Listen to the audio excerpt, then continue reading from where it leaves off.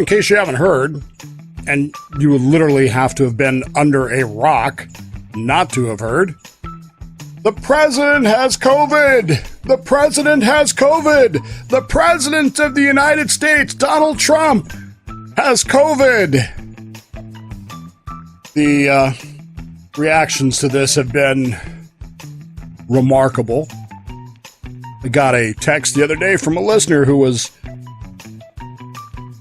I don't know if he was upset or not, but he was telling me that his phlebotomist, he was in the process of getting a blood drawn, his phlebotomist was literally dancing at the news that Donald Trump, the president of the United States, has contracted COVID.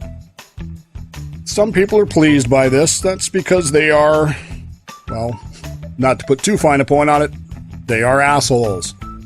Other people are resorting to thoughts and prayers, and virtually no one is thinking once again. What else is new, right? Here's what I'm here to tell you. You don't need to worry. If you're worried about any of this, believe me, there are bigger things to worry about than whether or not President Donald Trump has COVID. You probably don't believe me, but that's okay. I'm here to explain it to you. First off, if the president should happen to succumb to his illness, which is probably unlikely, given that A, he has the best doctors in the world, and B, this disease, as it turns out, is pretty survivable. But if he should happen to, the 25th Amendment has already taken care of this. In case of the removal of the president from office, or of his death or his resignation, the vice president shall become president. Now, there's a lot of history here, and there's a lot of discussions here, and that wasn't always so clear as the 25th Amendment has put it. In fact, John Tyler, the former president, when he became president, it wasn't all that clear that he was actually the president, and there was a lot of argument about it, but now, because of the 25th Amendment, it's clear. If President Trump should die of his illness, and he won't, don't worry, Mike Pence becomes president of the United States. Ta-da! But what if he just gets really sick, Dave, and he can't be the president? He can't do the job, you know? It was a funny cartoon the other day about, or maybe it was a comment about, did you know the president is working from the executive offices at Walter Reed? Someone said, there are no presidential offices at the hospital. What are you talking about?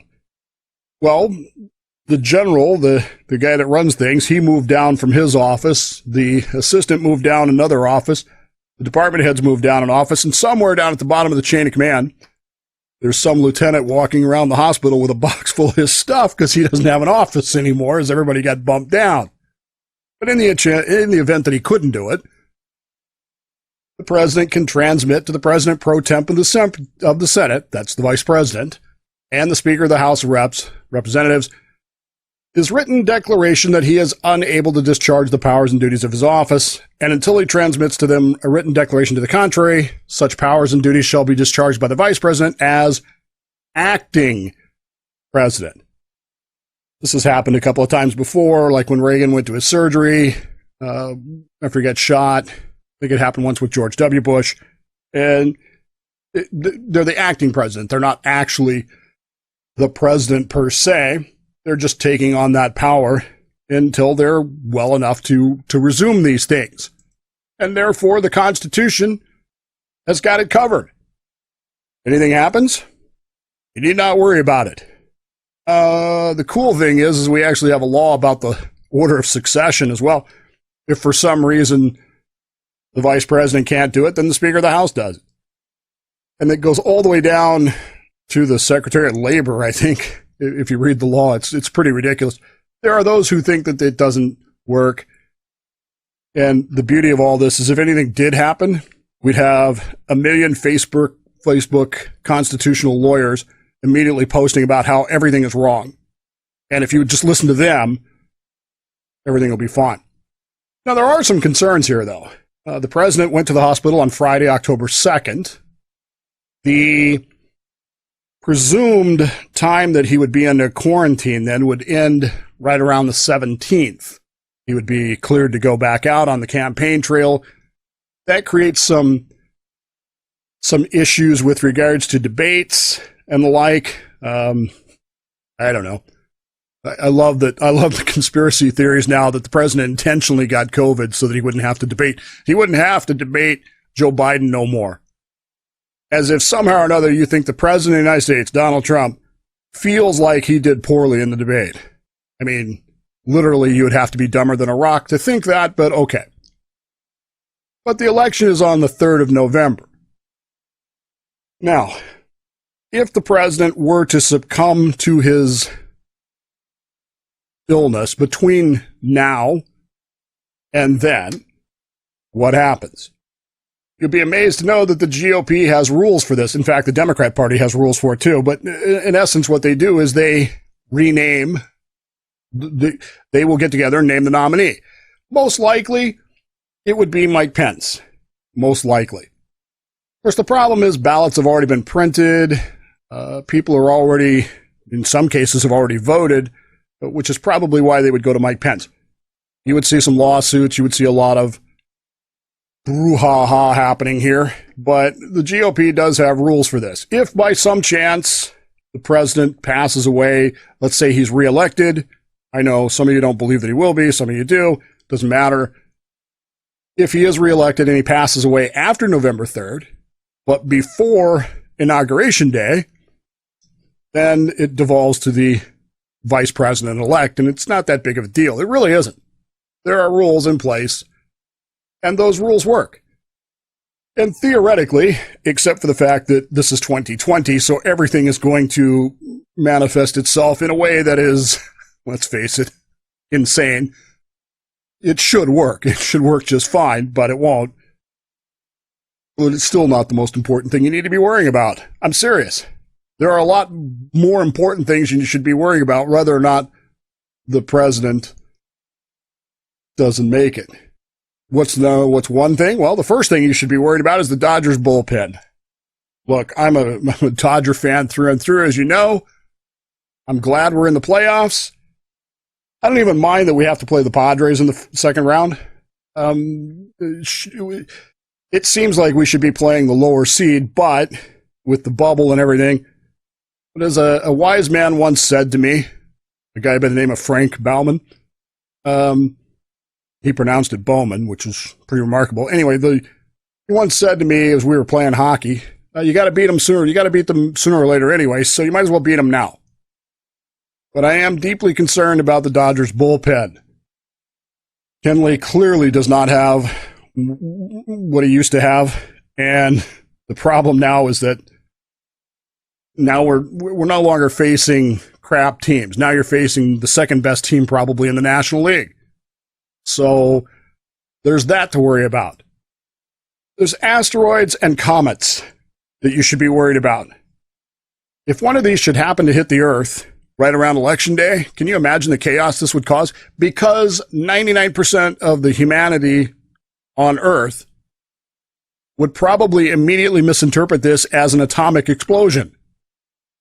They look a lot alike. They cause, depending on where they hit, a lot of the same kind of damage. We should be terrified, terribly worried about asteroids and comets.